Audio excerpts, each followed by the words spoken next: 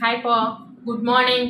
இன்னைக்கு வந்து ஃபேஸ்க்கான பேக் தான் பார்க்க போகிறோம். அதாவது ப்ளீச்சு, ஃபேஷியல் எல்லாமே சேர்ந்த மாதிரியான ஒரு பேக்கு. அதுக்கு என்னென்ன வேணும்னா, தக்காளி அரைச்சி ஜூஸ் எடுத்துக்கணும், உருளைக்கிழங்கு அரைச்சி ஜூஸ் எடுத்துக்கணும், கூட வந்து அரிசி, வெந்தயம், உளுத்தம்பருப்பு. அரிசி கொஞ்சம் அதிகமாக, உளுத்தம்பருப்பு வெந்தயமும் கொஞ்சம் நல்லா மிக்சியில் வேறு பவுடரை அரைச்சிட்டு ஜல்லிச்சு எடுத்து வச்சுக்கோங்க. அரிசி, உளுத்தம்பருப்பு, வெந்தயம். நீங்கள் வந்து இட்லிக்கு அரைக்கும் போது கூட இட்லி மாவு கொஞ்சம் உப்பு சேர்க்காத மாவை எடுத்து அதை கூட நீங்கள் ஃபேஸ் பேக்காக போட்டுக்கலாம், ரொம்ப நல்லா இருக்கும். இப்போ வந்து நான் என்னென்ன எடுத்து வச்சிருக்கேன்றதை காட்டுறேன் பாருங்க. தக்காளி அரைச்சி வச்சிருக்கேன், வடிகட்டிக்கலாம். உருளைக்கிழங்கு தோலோடு அரைச்சி வச்சிருக்கேன். இதுதான் அரிசி கொஞ்சம், உளுத்தம்பருப்பு இன்னும் கொஞ்சம் கம்மியாக, வெந்தயம், மூணுத்தையும் நல்லா பவுடர் பண்ணி ஜல்லிச்சு எடுத்து வச்சுருக்கேன். இது வந்து தயிர், இது வந்து கஸ்தூரி மஞ்சள். இது எல்லாத்தையும் மிக்ஸ் பண்ணி தான் நம்ம இது பண்ண போகிறோம். இதை வந்து நம்ம ஜல்லிச்சுக்கலாம்.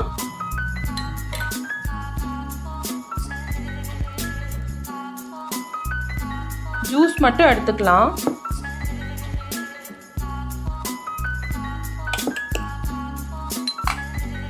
இப்போ வந்து உருளைக்கிழங்கு எடுத்துக்கலாம்.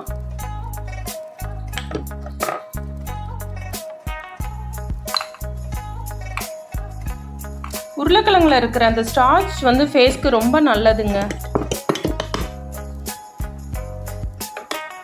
இப்போ வந்து அரிசி, உளுந்த மாவு, வெந்தயம், கொஞ்சமாக தயிர், கஸ்தூரி மஞ்சள்.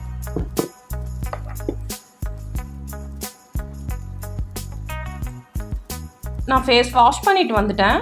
இதை வந்து நம்ம பேக்காக ஃபேஸில், கழுத்தில், கை முட்டி, கால் முட்டி எல்லாத்துக்குமே போடலாம். இதை நல்லா மிக்ஸ் பண்ணிவிட்டு நம்ம ஃபேஸ்க்கு போட்டுக்கலாம். இப்போ எல்லாத்தையும் மிக்ஸ் பண்ணிட்டேன்.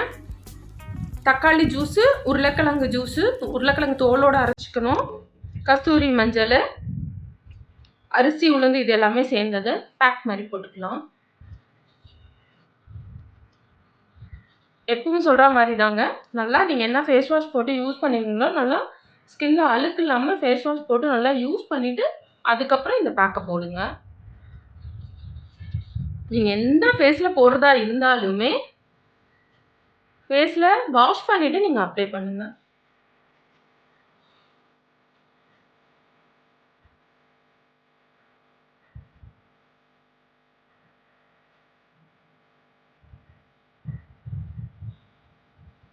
கிச்சனில் என்ன இருக்கோ அதை வச்சு நீங்கள் இது பண்ணிக்கலாம்.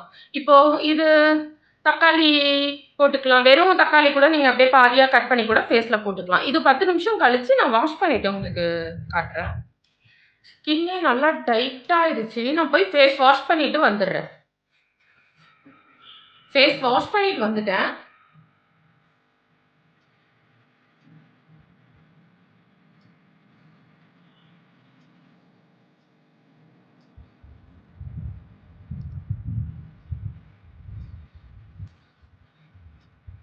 பேக் போடுறதுக்கு முன்னாடி ஃபேஸ் வாஷோ சோப்போ போட்டு வாஷ் பண்ணுங்க. பேக் போட்டதுக்கப்புறம் பிளைன் வாஷ் பண்ணால் போதும். ஓகேவா? பளிச்சுன்னு இருக்கா பாருங்க. இது நிறைய ஓப்பன் போர்ஸ் இருக்குங்க. நான் இப்படி காட்டும் போது அந்த அளவுக்கு தெரியல. ஆனால் கொஞ்சம் நேரம் ஆக பேக் போட்டு உண்மையாவே நல்லா இருக்கு. ஒரு 2 டேஸ்க்கு நல்லா இருக்கு. அப்புறம் நாள் ஆக என்ன பண்ணுது, இந்த போர்ஸ் கொஞ்சம் பெருசா தெரியற மாதிரி இருக்கான எனக்கு முன்னாடிக்கு மினிமைஸ் ஆயிருக்கு. நீங்களும் கண்டிப்பா ட்ரை பண்ணுங்க. ஓரளவுக்கு போர்ஸ் உங்களுக்கு க்ளோஸ் ஆகும். தேங்க்யூ. டேய் குட்டி பையா, என்ன பண்றீங்க? பால் குடிக்கிறீங்களா டீச்சர்லாம்? ஹாய்ப்பா. எங்க வீட்டில் இருக்கிற புது குட்டி இதுதான். எங்க காம்பவுண்டுக்குள்ள இந்த பூனைக்குட்டிய காக்கா போட்டுதா இல்லைன்னா அவங்க அம்மா போட்டுட்டு போச்சுன்னா தெரில, ஒரே கத்து. நாங்களும் ரொம்ப நேரம் கத்துதுன்னு தேடி பார்த்தோம். பார்த்தா எங்க காம்பவுண்டுக்கு அந்த பக்கம் கடந்தது. சரி வச்சிருப்போம். உங்க அம்மா வந்து கத்துனா கொடுத்துடலான்னா அவங்க அம்மா வந்து கத்தவும் இல்லை, ஒன்றும் இல்லை. சரி இதுக்கு என்ன பண்ணுற, பிறந்த குட்டியாக இருக்கு. இன்றைக்கி தான் கண்ணு திறந்துருக்கு. 1 வாரமாக எங்கள் வீட்டில் இருக்குது. சரின்னு என் பொண்ணு அதுக்கு ஏதோ பாலெல்லாம் ரெடி பண்ணி பாட்டிலில் வச்சு சிரிஞ்சில் கொடுத்துட்டு இருந்தோம். இப்போ கொஞ்சம் பாட்டில்லையே குடிக்குது. அது போதும்னா விட்டுரு. குடிக்குதா? குடிச்சு இழுத்து குடிக்குது. அது கொஞ்ச நேரம் கூட எடுக்கக்கூடாது. பாருங்க எப்படி குடிக்குது பாருங்க. இது பேரு ரென்னு வச்சிருக்காங்க. REN. பாருங்களேன் எவ்வளோ அழகாக குடிக்குது பாருங்க. உங்க அம்மா ஏன் அப்படி பண்ணிச்சு என்னன்னு தெரியல. அது இருக்கா இல்லையான்னு கூட எங்களுக்கு தெரியாது. குட்டி சத்தம் கேட்டது, அவங்க அம்மாவை காணோம். அப்பவும் நாங்கள் ரொம்ப நேரம் பார்த்தோம் தூக்கிட்டு போதா என்னன்னு. கத்துனோடனே சரி காக்கா ஏதாவது கடிச்சிட போகுதுன்னு சொல்லிட்டு நாங்கள் வீட்டில் கொண்டு வந்து 1 வாரமாக இப்போ வச்சுருக்கோம். இத்தனை நாள் சிரிஞ்சில் குடிச்சிட்டு இருந்தது, இப்போ வந்து பாட்டிலில் நல்லா குடிக்குது. ஒரு அடுப்பில் தண்ணி சுட வச்சுருக்கேன், ஒரு அடுப்பில் பால் வச்சுருக்கேன். சிம்மில் தண்ணி சேர்க்கல, அப்படியே கொதிக்கட்டும். கொஞ்சமாக அரிசி மாவு எடுத்து வச்சுருக்கேன். இப்போ இந்த தண்ணி இதை வந்து உருட்டி நம்ம அரிசி மாவில் தண்ணியில் போடணும். உருட்டிட்டு சின்ன சின்னதாக உருட்டிட்டு இந்த சுடுதண்ணியில் போடணும். இந்த மாவு பசையறதுக்கு இதில் இருந்து கொஞ்சம் தண்ணி எடுத்துக்கலாம். இப்போ இந்த அரிசி மாவு கூட கொஞ்சமாக உப்பு சேர்த்துக்குங்க. உப்பு சேர்த்துட்டு இந்த தண்ணி ஊற்றி நம்ம கொழுக்கட்டைக்கு மாவு பசைவோம் இல்லையா, அதே மாதிரி தாங்க. நல்லா மாவு பசைஞ்சிட்டு சப்பாத்தி பசைகிற மாதிரி பசைஞ்சிட்டு சின்ன சின்னதாக உருட்டி வச்சுக்கணும். தண்ணி நல்லா கொதிச்ச உடனே இந்த தண்ணியில் வந்து இந்த உருண்டையை தூக்கி போடணும். உருண்டை நல்லா வெந்த உடனே அந்த உருண்டையை எடுத்து இந்த காய்ச்சின பாலில் போடணுங்க. பால்லையே கூட ஊற்றி பசையலாம். நான் பால் அதிகமாக வேண்டாம், தண்ணியில் பசையலான்னு சொல்லிட்டு தண்ணியில் பசைய போகிறேன்.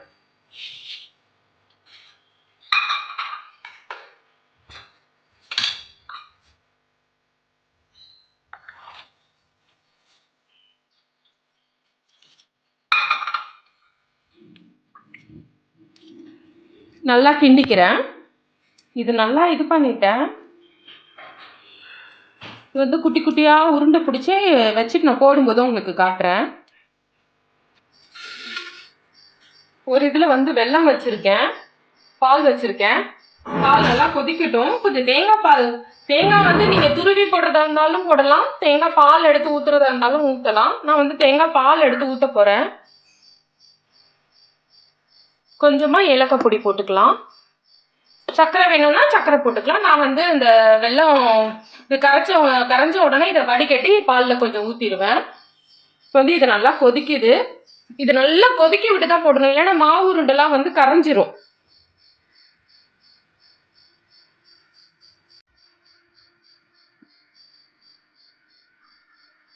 எல்லாத்தையும் மொத்தமாக அள்ளி போட்டுறாதீங்க.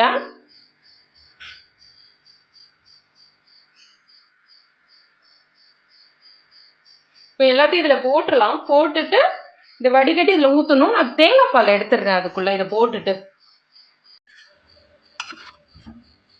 நல்லா கொதிச்சுக்கிட்டு இருக்கு, இதுவும் கொதிக்குது. இது கூட வந்து நான் தேங்காய் உடைச்சேன் இல்லையா, அந்த தண்ணியை ஊற்றிருக்கேன். தேங்காய் பால் எடுத்து ஊற்றிடலாம். இந்த பாத்திரத்துல வச்சுருக்கேன்.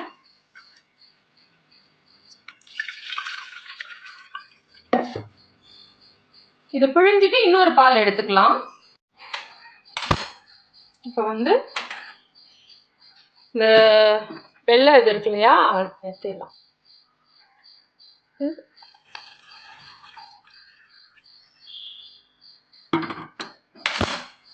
ஊற்றியாச்சு.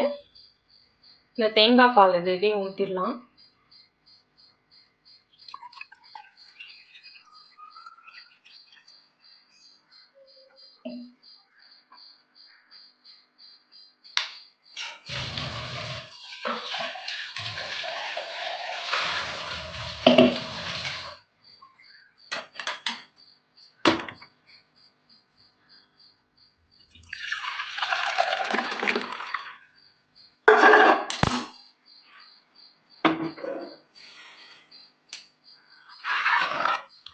இது பால் வந்து ரொம்ப நேரம் கொதிச்சதுனால அதோட ஏடு தான் இதில் இருக்கு. இப்போ நல்லா இது கொதிக்கட்டும். இது வெந்ததை எடுத்து அதில் போட்டுடலாம். இதை எடுத்து இன்னும் கொஞ்சம் வேகட்டும், வேக விட்டு அதில் போட்டுடலாம். இப்போ அடுப்பை நிறுத்திட்டு இந்த அடுப்பு கொதிச்சுக்கிட்டு இருக்கு.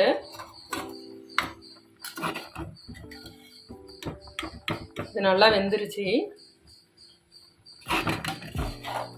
வேணும்னா இப்போ இது தண்ணியா இருக்குன்னா பால் இன்னும் கொஞ்சம் நேரம் கொதிக்கலாம். அப்படி இல்லைன்னா நீங்க மாவு கரைச்சி ஊத்துனீங்கன்னா கட்டியா இதுவா இருக்கும். நானா மாவு கரைச்சி ஊத்தல.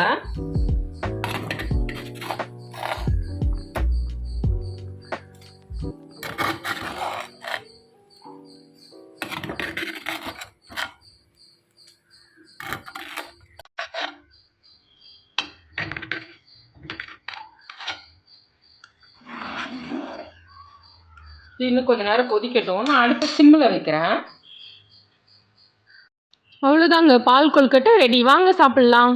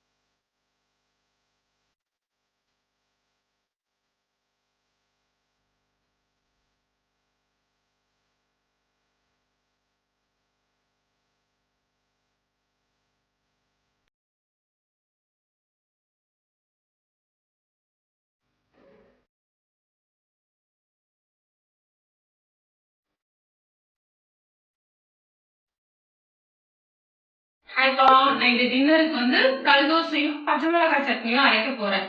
கார சட்னி, தேங்காய் சட்னி, தக்காளி சட்னி எல்லாம் அரைச்சு போரு பொண்ணு வந்து நல்லா காரசாரமா சாப்பிடணுமா அப்படின்னு சொன்னாங்க. சரி, பச்சை மிளகாய் சட்னி தான் அரைக்க போறோம். வாங்க பார்க்கலாம். அடுப்புல கடாய் வச்சுட்டு எண்ணெய் ஊத்திருக்கேன். தேவையான அளவு உளுந்து போட்டுக்கலாம்.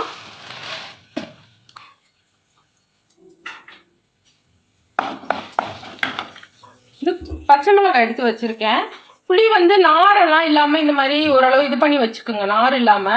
பூண்டு வந்து தோல் எடுத்து வச்சிருக்கேன். இதுக்கு தேவையானது உளுத்தம்பருப்பு, பச்சை மிளகாய், புளி, பூண்டு, கல்லுப்பு, இது மட்டும்தான் தேவை. இது கூட கொத்தமல்லி, கருவேப்பிலாம் வச்சிங்கன்னா பச்சை மிளகாய் வாசனை போயிடும். அதனால இது கூட வந்து உளுத்தம்பருப்பு, பச்சை மிளகாய், பூண்டு, புளி, கொஞ்சம் கல்லுப்பு போட்டு அரைச்சிக்கலாம்.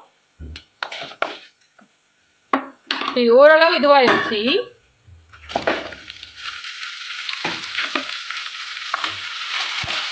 நல்லா வதங்கட்டும்.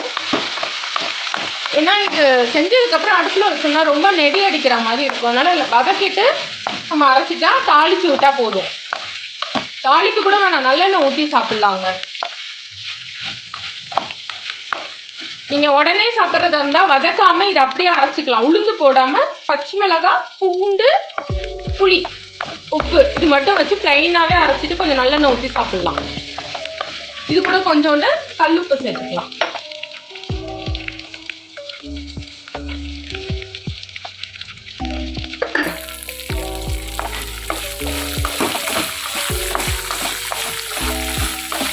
இதுக்கு இட்லி நல்லா இருக்கும். நான் வந்து கல் தோசை ஊற்ற போறேன். பண்ணமா இல்லை, தோசை கல்ல வையன் இப்படி தோசை ஊற்றிடலாம்.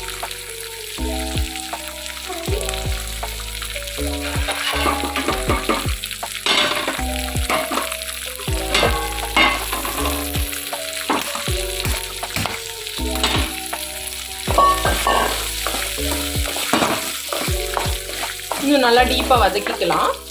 இப்போ வந்து நம்ம வந்து அடுப்பை அணைச்சிட்டு இதை அரைச்சிடலாம். வந்து தோசை ஊற்றிடலாம்.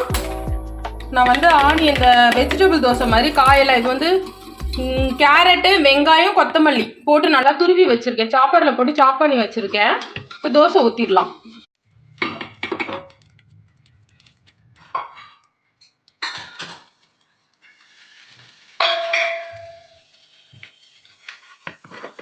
காய் போட்டுட்டு இட்லி பொடி கொஞ்சம் போட்டுக்கலாம். ஆயில் ஊற்றிக்கலாம். அதுக்கு சட்னி அரைச்சிடலாம். அடுத்து சிம்மில் வச்சுட்டு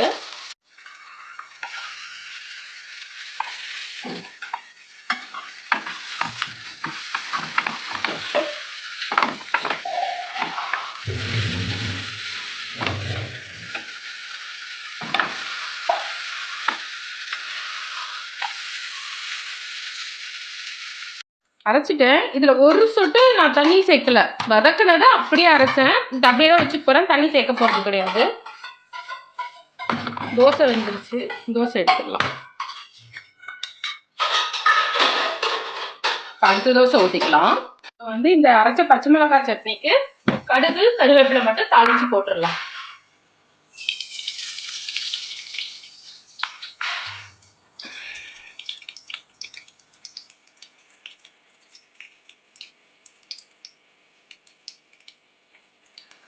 இதில் நீங்கள் உளுத்தம் பருப்பு இல்லாமல் வெறும் பச்சை மிளகாய், பூண்டு, புளி, உப்பு வச்சு கூட நீங்கள் அரைக்கலாம்.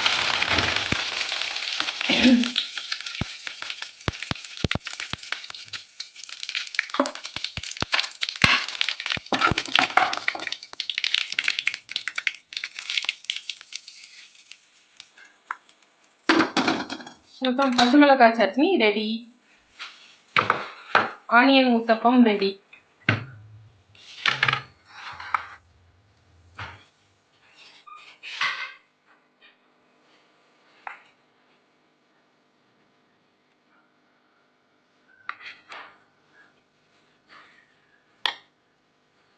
எங்கள் வீட்டில் இன்னைக்கு நைட்டு டின்னருக்கு ஆனியன் ஊத்தப்பமும் பச்சை மிளகாய் சட்னியும் காரமாக செம்ம டேஸ்ட்டாக இருக்கும். வாங்க சாப்பிடலாம்.